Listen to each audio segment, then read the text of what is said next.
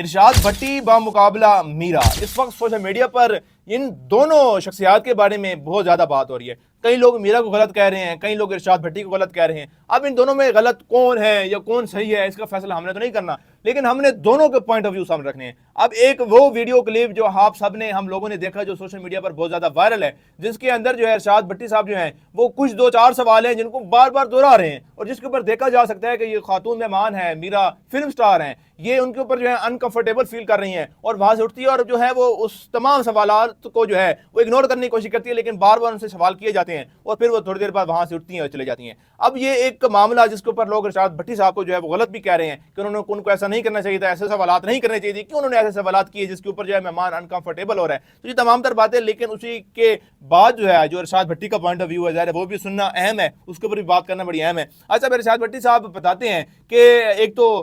ये तमाम तरह पॉडकास्ट जो है ये पेड पॉडकास्ट थी, बीच में कंपनी थी, कंपनी को हमने पे किया जिसने आगे जा रहे मीरा के साथ जो भी जो है वो डील हमारी जो है करवाई, उसके बाद हम लाहौर जो है आए ये पॉडकास्ट करने के लिए। अब पहले दिन जो है वो 4 बजे का टाइम दिया जाता है, लेकिन 8 बजे तक हम इंतजार करते हैं। पता ये चलता है कि मीरा साहिबा जो है अभी अवेलेबल नहीं है या वो रेडी हो रही है, तो आज पॉडकास्ट नहीं होता, कल पे पॉडकास्ट चला जाता है। फिर अगले दिन जब पॉडकास्ट आता है तो अगला 7 बजे का टाइम रखा जाता है, शाम 7 का, और रात 12 तक इंतजार किया जाता है। 12 बजे तक जो है ना तो मीरा साहिब आती है ना उनकी टीम आती है, और फिर 12 बजे के बाद इरशाद भट्टी कहते हैं कि मैंने अपनी तमाम टीम को जो है वो वापस भेज दिया था कि ठीक है भैया आप लोग भी आराम करो, जाओ, आज पॉडकास्ट लगता है आज भी नहीं हो सकती। और उसके बाद फौरी तौर पर वो जो बीच में कंपनी थी उनकी तरफ से जो है वो रब्ता किया जाता है, कहा जाता है कि मीरा साहिब आ रही हैं। तो इरशाद भट्टी कहते हैं कि भाई मैंने तो उनको मना कर दिया कि अब हमारी टीम चली गई, अब पॉडकास्ट नहीं हो सकता। उसके बाद मैं जहां पर सो रहा था, ज़ाहिर है जहां पर मेरी रिहाइश थी, वहां पर जो ये सारी टीम आती है, वहां पर हमारी मीटिंग भी होती है, बातचीत भी होती है, सारी चीजें होकर जो है अगले दिन जो है वो तमाम तर मामला हो जाता है कि ठीक है अगले दिन पॉडकास्ट होगा। अगले दिन भी 2 घंटे बाद मीरा और उनकी टीम जो है 2 घंटा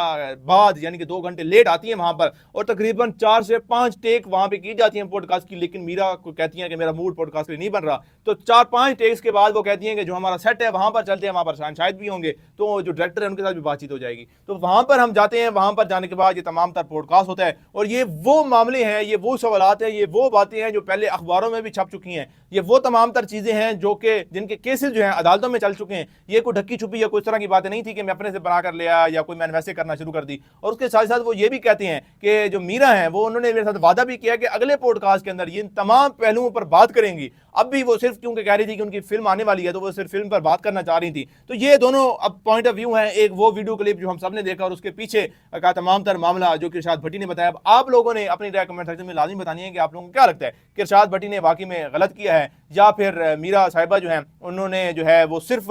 जो अपनी मूवी है, मूवी के प्रमोशन के हवाले से जो चीज़ें हैं उनके ऊपर ही रहना चाहती थी और वो वाकई में तमाम सवालात के जवाब बाद में देंगी उनको, या वाकई में इरशाद भट्टी साहब ने जो है उनको जो है अनकंफर्टेबल फील करवाया अपने पॉडकास्ट के अंदर। कमेंट सेक्शन में लाजमी बताइएगा।